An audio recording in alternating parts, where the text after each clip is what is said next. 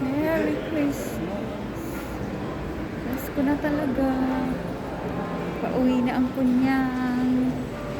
See you, Philippines. Iiwanan na ang Pasko dito sa Hong Kong. Ito yung lugar na tambayan ng mga Pilipina. Pero ngayon, busy street siya kasi may pasok. During Sunday, itong lugar na to is closed. This way, yung way na yan, lahat yan closed every Sunday. So, ang mga Pilipina is nakatambay dyan. So, ngayon is malinis siya dahil Thursday today. It's time for me to go home in the Philippines. Good luck to me and bye-bye Hong Kong. Salamat sa alaala sa nakalipas na 14 na taon ng pag-stay ko dito sa Hong Kong. Nag-enjoy at kasama na yung hirap at sakripisyo sa lahat ng trabaho, sa amo, lahat. Pero masaya pa rin ako kasi may bunga ang ating pagsasakripisyo dito. Usually itong subway na to, ayan yung sikat na ginagawa. Parang apartment nila dyan, nakapila lahat yung mga parang mga karton, bahay-bahayan ng mga Pilipina dito sa both side, and then dito lang pwede dumaan papunta dun sa kabila. So ayan ang buhay dito, hindi masarap. Ayan, lalo na ngayong taglamig, grabe ba, ngayong taglamig ang hirap. Dyan lang kayo, at least dito may bubong. Yan, may bubong siya, maganda ang lugar. Pero pag dito kayo tumambay sa labas, kagaya niyan, dito yung kanyang tambay, ang lamig-lamig niya. So para sa tiis lang talaga. Ayan, dito, usually dito minsan nagmi-meet yung mga Pilipina, nakaupo lang dyan. Yan.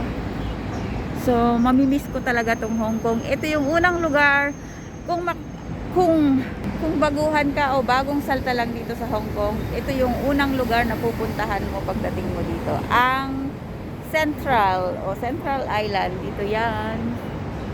Sa Central Island sa Hong Kong, ayan.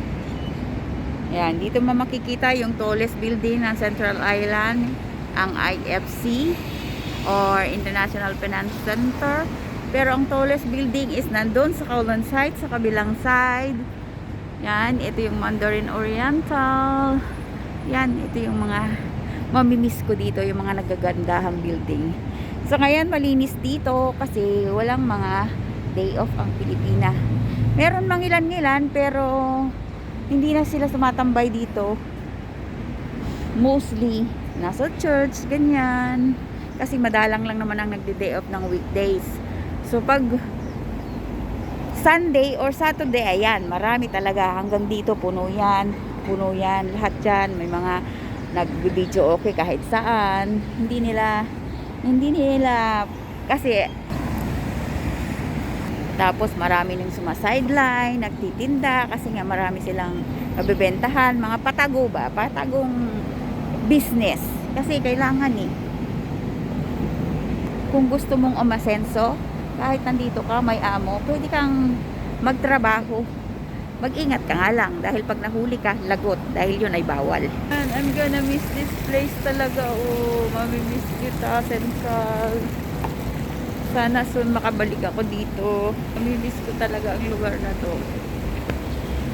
Nakakalungkot man pero kailangan ng lumisan. Kailangan na natin lisanin. Hindi tayo forever dito. Hindi tayo forever na magiging katulong lang. Kailangan din naman natin isipin yung ating pansariling kapakanan o yung health natin. Hindi pwedeng tumanda tayo dito. Kaya kailangan pag nag-decide tayong maging isang OFW, magsikap din tayo na makaipon para sa ating sarili, sa pamilya, at higit sa lahat alagaan ang sarili para naman makauwi tayo ng healthy pa rin. Hindi yung tatanda ka dito tapos pag uwi mo wala ka man lang ipon, wala ka man lang natira para sa sarili mo, puro na lang sa pamilya. Intindihin naman natin ang ating mga sarili. Kagaya ko, ang daming nagsasabi sa akin na bakit daw uuwi na ako, hindi pa naman daw ako, kaya ko naman daw magtrabaho. Sabi ko, it's enough. Hindi porket kaya ko pang magtrabaho, mag-stay na ako dito forever, di ba? isipin ko naman ang para sa sarili ko. Malay mo, maraming opportunity naman sa Pilipinas. Talagang nasa sa atin lang din naman yan eh.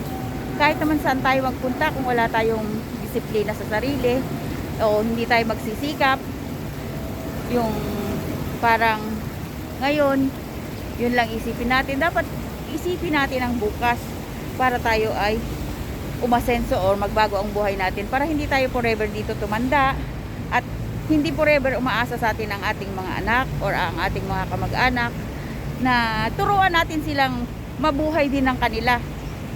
Dahil kung ibibigay natin lahat ang gusto ng ating mga anak or ang ating pamilya, walang mangyayari sa buhay natin. Kahit anong pagsisikap natin, doon pa rin tayo nakasadlak sa kahirapan. Kaya ang payo ko sa mga katulad kong naging OFW, kasi as of today, uuwi na ako sa Pilipinas. So this is my last day here in Hong Kong. So ang maipapayo ko lang, please, turuan nyo ang inyong mga anak na kumayod at kayang tumayo sa sariling paa. Huwag nyong iasa lahat o ibigay lahat ang gusto nila para makayanan nila lahat ang mga pagsubok na darating sa buhay nila. Kasi kung lahat ibibigay nyo, wala na. Aasa na lang sila at aasa sa inyo, pati mga asawa. Speaking of asawa, shout out sa asawa dyan na umaasa sa asawang OFW. Magbago naman kayo. Huwag kayong umasa sa asawa nyo na porket nasa ibang bansa eh. Magpapasarap buhay na kayo. Grabe ang hirap. Sobrang hirap dito kung akala nyo lang. Hindi masarap buhay ang maging isang OFW. Naranas ko yan sa 14 days ko dito sa Hong Kong. Maraming luha din ang naubos ko. Maraming sakit ng katawan. Hindi lang yan. Sama ng loob.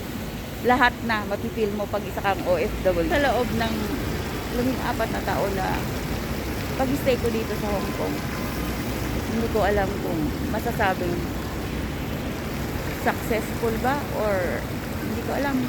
Kasi yung feeling ko ngayon is iba.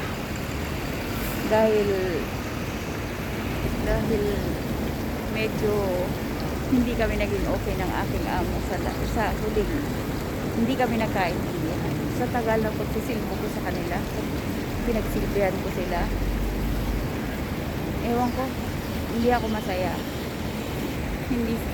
Hindi masaya ang aking pag-uwi dahil sa nangyari sa amin ng amo ko. Kaya sa lahat ng mga bagong salta o bago lang sa kanilang amo, please, payo ko sa inyo, bago kayo sumabak, lalong-lalo na sa mga datihan dito sa Hong Kong, yung maghahanap kayo ng panibagong amo, siguraduhin nyo lang kung magkakaroon kayo ng usapan,